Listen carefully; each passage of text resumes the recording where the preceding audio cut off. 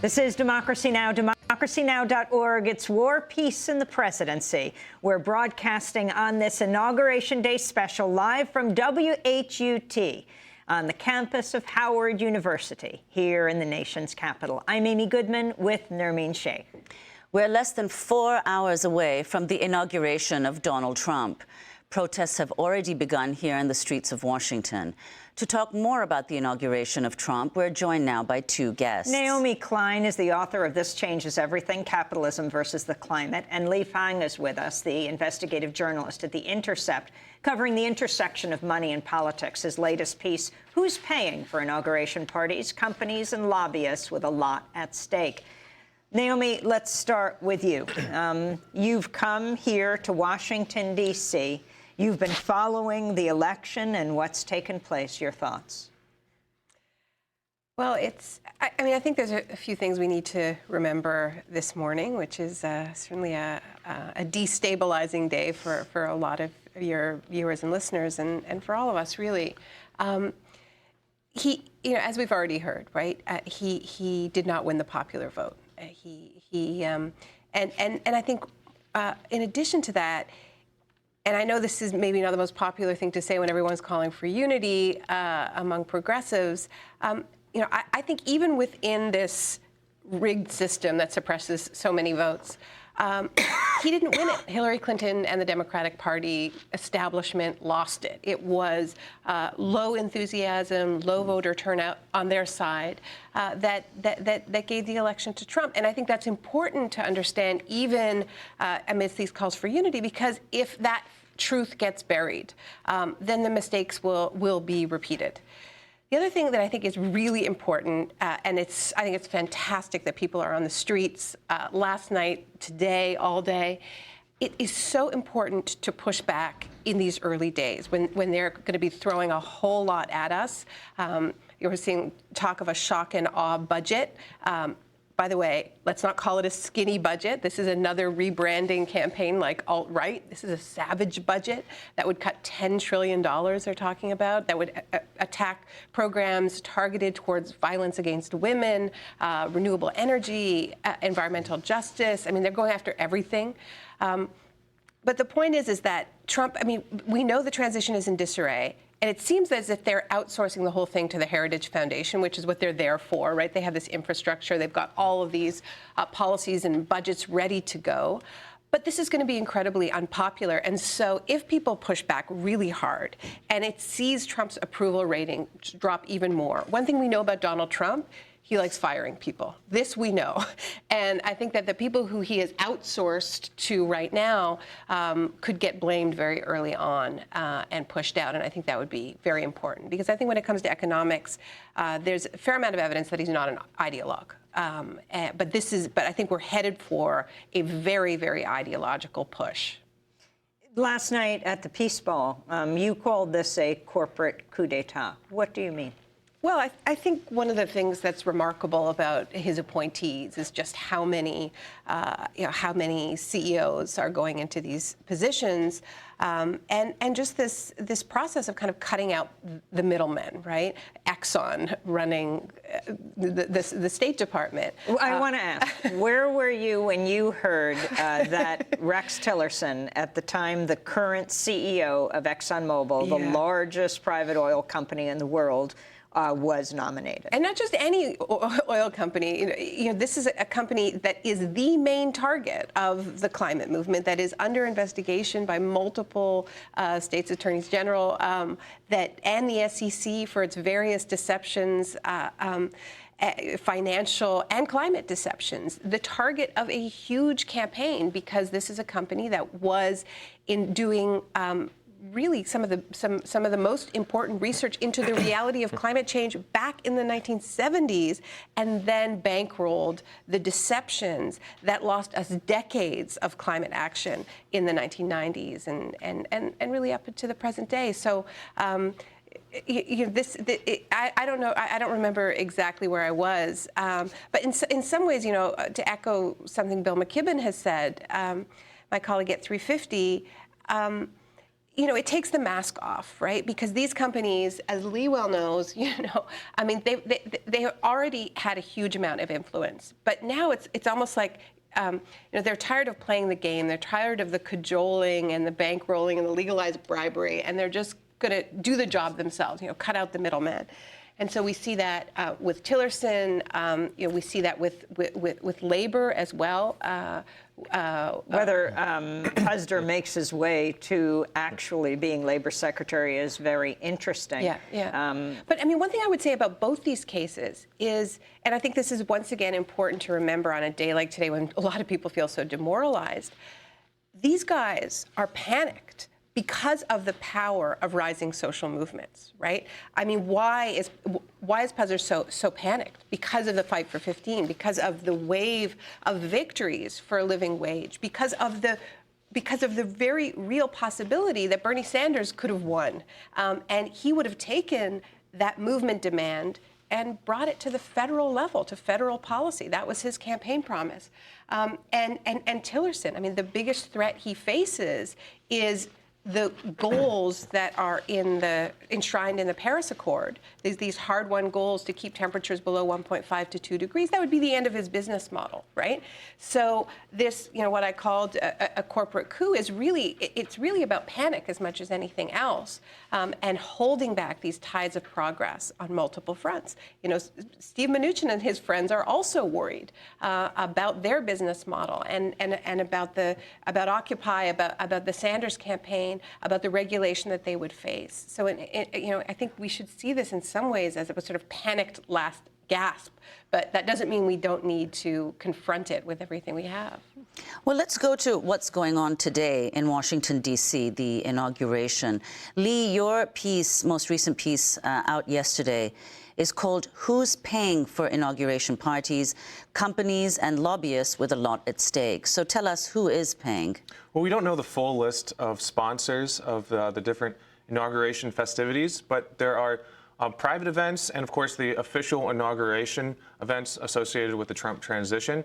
And these are all festivities that are privately financed. And according to some reports, we know that the official Trump inauguration events are sponsored by companies like AT&T, Boeing, and they're offered these special packages where if they provide a certain amount to finance these parties that are going on all over Washington, they get private meet and greets with the incoming administration and the nominees for cabinet. They get to party with the leadership of the congressional GOP. And, these companies have tens of billions of dollars, if not more, at stake over the next 4 years. Boeing, for example, has lots of military contracts. They rely on government subsidies through the Export-Import Bank. AT&T would like a repeal of net neutrality, the rules won by the Obama administration over the last 4 years. And of course, we might see another era of mergers and acquisitions, which of course need regulatory approval. So the swamp, as it were, is welcoming the Trump administration, and they're hoping to get in early to win access. Well, is it unusual, though? Who typically pays for inauguration parties? Like what happened No, in and I think that's an important point to make. From Bill Clinton to Reagan to Obama, a lot of candidates campaign to throw the bums out and challenge the establishment. But too often, this city, Washington, D.C., is run by lobbyists. They control the most powerful institutions. They set the parameters of the debate. And when candidates like Donald Trump, who promised to take on the establishment, to challenge these elites, as he's getting to Washington, he's being quickly co-opted. Well, I mean, that's one of the striking things about his appointments, the fact that there's so many people from Goldman Sachs, when he spent so much of his time campaigning, criticizing Clinton for her ties to Goldman Sachs. Yeah, no, and I think that's important to realize. If you look at this cabinet, it's filled with CEOs and other elites. And I think in the next 100 days, we will actually see kind of a class war. Trump promised to take on these globalists, these economic elites, but we will see the next 100 days a ruthless agenda on behalf of these same elites against worker protections, climate regulations. It's very likely that some of the very first executive orders that come out of the Trump administration are attempts to repeal much of the Obama legacy. Obama only had control or a friendly Congress for 2 years of his administration. Most of his legacy were administrative rules, agency action, and those reforms are very fragile. It's very easy to repeal those type of rulemakings. So we'll see an attempt to chip away at everything from the Clean Power Plan to protections for retirement security, protections for workers trying to organize at fast food restaurants. There's a recent joint employer rule from the Labor Department. Everything from those rules to more obscure rules that govern food safety. I was watching Fox News yesterday, and one of the hosts said that Donald Trump has 3 balls and Obama had many more balls, which was a very interesting comment he made. But he actually was talking about these events that are taking place. The number of people who've come out, far, far fewer, to say the least. I think at the big concert last night, there were something like 10,000 people compared to 400,000 people for Obama. But, Lee, you write about the black tie and boots inaugural ball, a party by 4 Texas lawmakers. Explain who is Yeah, I mean, this is an funding event, many of these parties that go on outside the kind of official inauguration ball schedule, I mean, they're parties all over Washington. They're attempting to influence the lower level administrative staffers to get congressional members kind of on board with the corporate agenda.